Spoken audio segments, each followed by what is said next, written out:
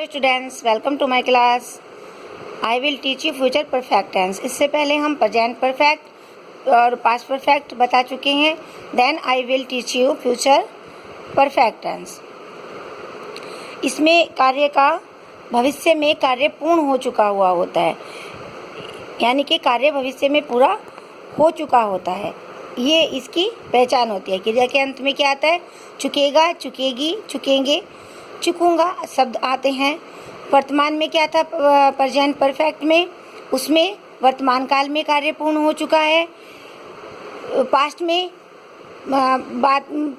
में कार्य पूर्ण हो चुका था और उसमें भविष्य में पूर्ण चुका होगा या पूर्ण हो चुका होगा कार्य का होना पाया जाता है। अब तीनों प्रकार के पता चला। तो अब then I will perfect future perfect tense.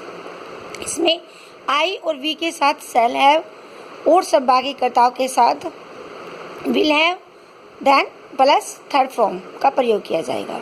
तीन प्रकार के सेंटेंस बनेंगे: affirmative, negative and interrogative. Word order किस प्रकार से लगेगा अफर्मेटिव सेंटेंसेस में? सब्जेक्ट, देन विल या shall have, then third form, then object. Example देखिए, मेरे पिताजी दिसंबर तक अमेरिका जा चुके होंगे, यानी कि दिसंबर में वो कह रहा है कि जा चुके होंगे मेरे पिताजी, तो यानी कि फ्यूचर में वह कार्य पूर्ण चुका हुआ होगा। Okay, my father will have gone to America by दिसंबर।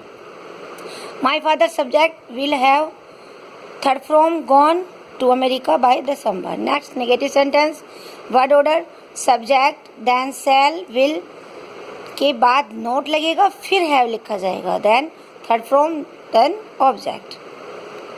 हम दिल्ली नहीं पहुंच चुके होंगे, निगेटिव आया है। वी शैल नॉट, जैसे बताया कि विल हैव के बाद नोट, शैल हैव के बाद नोट आएगा, फिर हैव, तो we shall not have reach to Delhi. वह परीक्षा नहीं दे चुकी होगी। दे विल नॉट, वह परीक्षा नहीं दे चुकी होगी, she will not have taken to exam. She will not have taken the exam.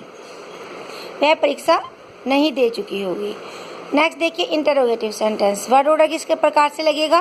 Question word आएगा स्टार्टिंग में, देन शैल या विल के बाद सब्जेक्ट आएगा, फिर नोट आएगा।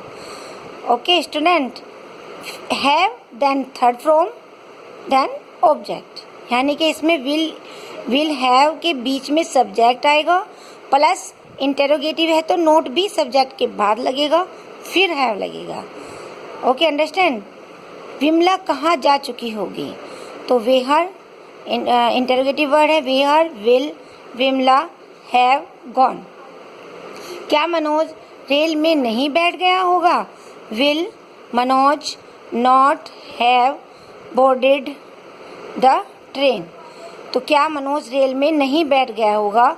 Will Manoj not have boarded, बैठने की क्या होती है? बोर्डेड। द थर्ड फॉर्म आई है बोर्डेड, नहीं तो बोर्ड होता है बोर्डेड द ट्रेन। ट्रेन में नहीं बैठ गया होगा। क्या जोकर कर्तव्य दिखा चुका होगा? तो will the joker have performed आया है, परफॉर्म की थर्ड फॉर्म ट्रिक्स, तो will the joker have perform tricks. क्या जोकर कर्तव्य दिखा चुका होगा? तो बच्चों, अब मैं आपको ये तीनों प्रकार के सेंटेंस से पास्ट एंड पास्ट फ्यूचर में जो इंडेफिनिट, कंटिन्यूस, परफेक्ट बनते हैं, इस प्रकार से 9 प्रकार के सेंटेंस समझा चुकी होंगी। आशा करती हूँ कि आपको समझ में आ गए होंगे।